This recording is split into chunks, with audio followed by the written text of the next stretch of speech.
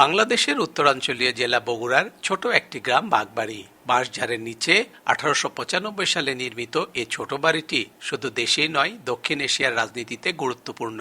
দেশে এখন সবচেয়ে জনপ্রিয় বাংলাদেশ জাতীয়তাবাদী দল বিএনপি 1978 সালের 1 সেপ্টেম্বর প্রতিষ্ঠার আগে এ বাড়িটিকে সবাই চিনতেন জিয়ার বাপদাদার বাড়ি হিসাবেই।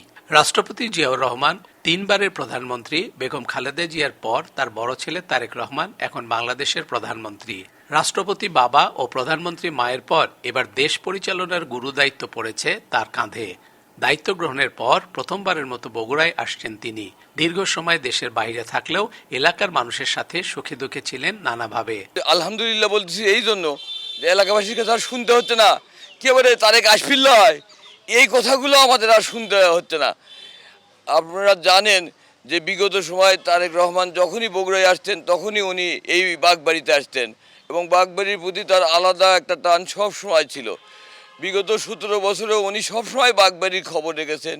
2022 সালে এই এলাকার চিকিৎসার জন্য জিয়া রহমান গ্রাম হাসপাতাল করে দিয়েছেন, যাতে গুণগত চিকিৎসাটা মানুষ পায়। এখানে আমাদের একজন মুরব্বী, উনি মারা গেলেন, খোকন তালুকদার, উনি শুধু লন্ডন থেকে কথা বললেন তার জানা যায়। ওনার বাড়ির পাশে একটা ছেলে মুজাহিদ এই বাগবাড়ি শহীদ ডিগ্রি কলেজে পড়ে, ক্যান্সারে আক্রান্ত, উনি তার জন্য সাহায্যের টাকা পাঠালেন এবং বিভিন্নভাবে এই এলাকার যে খোঁজ খবর রাখছেন, এই জন্য আমরা তার প্রতি কৃতজ্ঞ। এলাকার সন্তান তারেক রহমানকে কাছে পেতে উদ্গ্রীব এলাকার মানুষ। দেশে অনেক আগেই এসেছেন তিনি। নির্বাচনী প্রচারে বগুড়ায় এর আগে এসেছিলেন ঠিকই, কিন্তু পৈতৃক ভিটায় যাওয়া হয়নি তার আসার অপেক্ষায় এখন গ্রামের মানুষ। আমাদের সন্তান, এই এলাকার সন্তান, আমরা যে কত গর্বিত, আমরা তো কত আনন্দিত আছি এই আসার কথা শুনে। 17 বছরে আমরা যত কষ্টের মধ্যে ছিলাম, এই কষ্ট আমরা 20 তারিখে আমরা যখন আমাদের প্রধানমন্ত্রীর সামনে পাবো, ওই দিন আমরা কষ্ট ভুলে যাব। জিয়াউর রহমান আসার সময় ওর থেকে লাইন টেনে আনতে এই দিয়েছে, এর থেকে আর বাড়লে গেছে, সে থেকে আবার তার সাথে থাকছি, তার পরিবারের সাথে থাকছি, থাকছি, সব কিছু দেখছি আমরা। তাই লোক ভালো ছিল, তার বেটাও ভালো, তার পরিবারটাই ভালো। সোমবার সকালে বগুড়া পৌরসভাকে দেশের 13তম সিটি কর্পোরেশন ঘোষণা করতে একদিনের সফরে বগুড়ায় আসা প্রধানমন্ত্রী তারেক রহমান দুপুরে বাগবাড়ি যাবেন। বাগবাড়িতে ফ্যামিলি কার্ড বিতরণ, খাল খনন কর্মসূচি সহ বিভিন্ন কর্মসূচিতে অংশ নেবেন তিনি।